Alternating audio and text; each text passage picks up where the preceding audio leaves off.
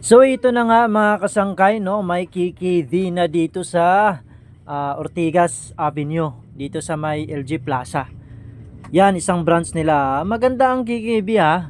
Kasi alam mo kung bakit. Dito parang gusto mong bumili ng mga collectibles, gusto mong pang regalo, mayroon dito. Marami kang pagpipilian, stuffed toy. Tapos yung mga kulang lang sila ng action figure, naghahanap ako dito actually. Pero yung mga stuffed toy, yung mga ang tawag nun, yung mga Lego, mayroon dito. Yan, ang daming pagpipilian. So napunta kami rito kasi pang regalo. Maganda ditong spot. Yan, mga Gundam mayroon din dito. Hindi man siya original pero goods na rin. Yan, may mga Ultraman dito. May mga Gundam, may mga Transformers, marami ditong pagpipilian. May mga Lego na gawang ano, 'yan, mga bahay-bahay na gawang Lego, 'yan. Yan, mga pang-display talaga siya, guys. Meron din silang mga snacks, parang Chinese ata yung mga ano, karakter. Yung mga sulat kasi hindi na mabasa eh. Yan, may ano tayo dito. Cars, motorcycle toys, marami diyan, no?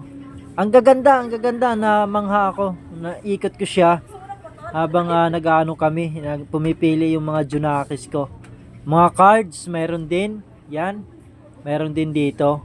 So guys, kung gusto nyong bisitahin, kung mahilig kayo sa mga ganyan, yan, mga koleksyon, pang display sa bahay.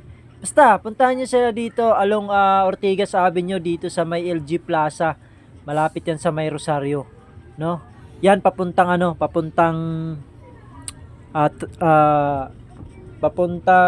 SM East. Yan, dito sa left side kung papunta ka ng SM East. Pero kung papunta ka naman ng Galleria, right side naman siya. Malagkikita nyo naman, tabi lang ng kalsada. Yun. Guys, tingnan nyo, oh. Ang kaganda. Oh, hindi lang yan, may mga ano sila, may mga for households, mga gamit, mayroon din sila like mugs, mga decoration, mayroon din sila. Basta puntahan nyo, para siyang Toy for Us.